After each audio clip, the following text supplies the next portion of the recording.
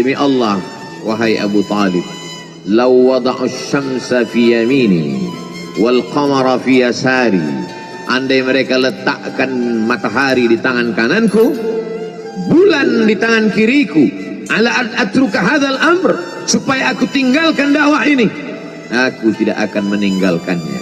Bujuk rayu mulai tiba. Itu terjadi pada diri Nabi Muhammad sallallahu alaihi wasallam. Sengaja dia pergi berjalan kaki, karena kalau dia pergi menunggang unta, mereka sudah mengintai, dia pasti lari, dia akan pergi ke tempat yang jauh. Sengaja dia pergi berjalan kaki. Lalu kemudian dia pun sampai ke suatu tempat. Dia berharap mereka adalah orang-orang yang lembut akan yang menerimanya, tapi dia tidak diterima dengan tala'al badru alaina. Dia tidak diterima sebagai ahlan wasahlan. Ahlan, keluarga, kau datang kami sambut sebagai keluarga. Sahlan, mudah, kau datang urusanmu mudah. Ahlan wasahlan. Tapi dia tidak dianggap sebagai keluarga, dia tidak dianggap sebagai sahlan, dia dianggap sebagai musuh.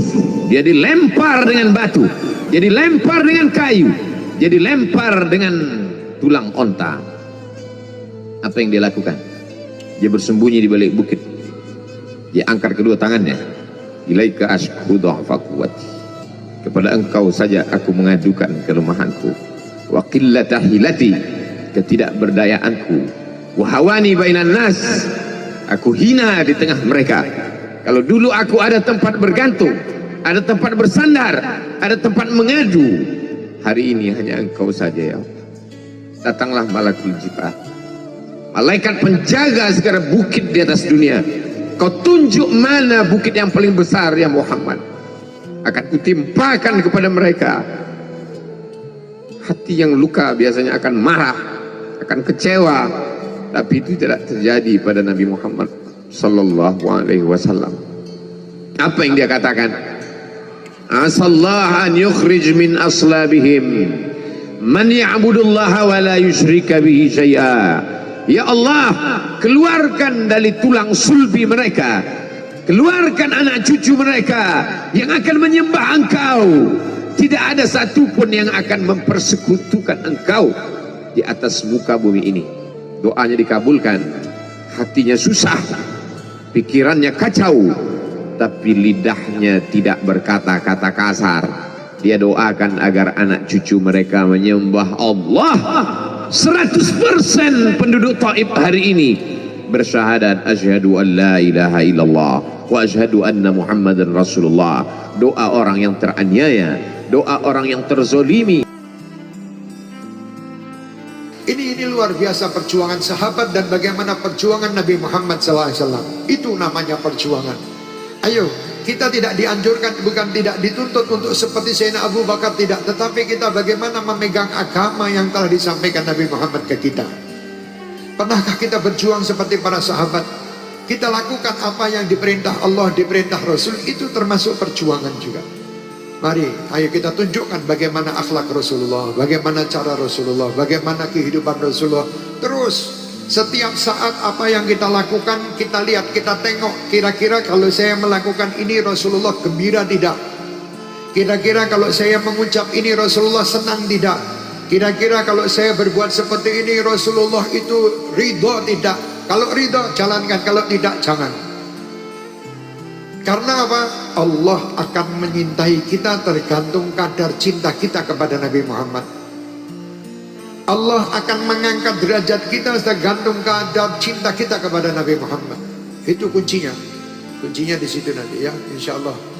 Saya yakin bahwa hadirin dan hadirat yang hadir di malam hari ini, serta yang mengikuti acara di malam hari ini, semuanya perindu Rasulullah, semuanya pecinta Rasulullah.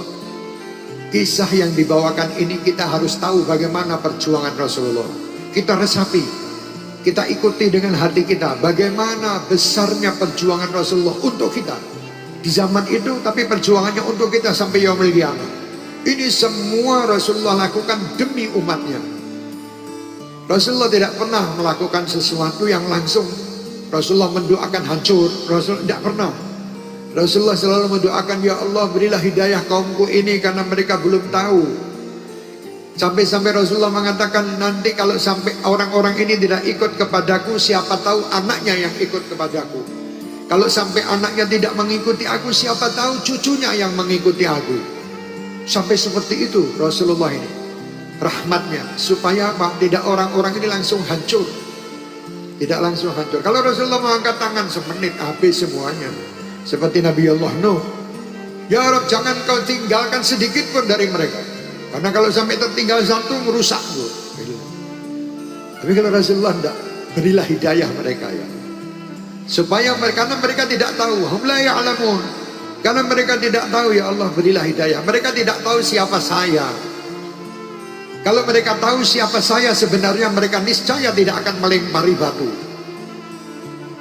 Mereka tidak akan melempar dan tidak akan mencaci, karena tidak tahu, ya Allah mereka melempar saya. Maafkan mereka ya Allah, berilah hidayah mereka.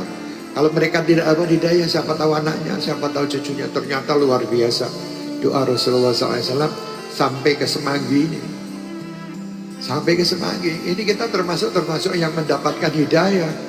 Bisa kumpul, bisa ini, bisa mendengar nama Nabi Muhammad dengan rindu.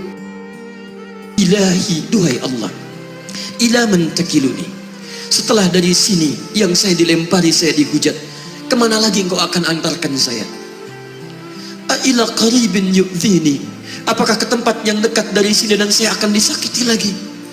Am ila ba'idin yu'limuni, atau tempatnya masih jauh yang harus saya tempuh, tapi di tempat itu saya akan dihinakan lagi. Ana radin, saya ridha ya Allah, malam taghdab alayya, sepanjang engkau yang tidak murka kepada saya. Alam nashrah laka sadrak. Manusia melempari, radin. Manusia menghujat, radin. Malam taghdab alayya, sepanjang engkau tidak murka kepada saya. Muhammad sallallahu alaihi wasallam. Musa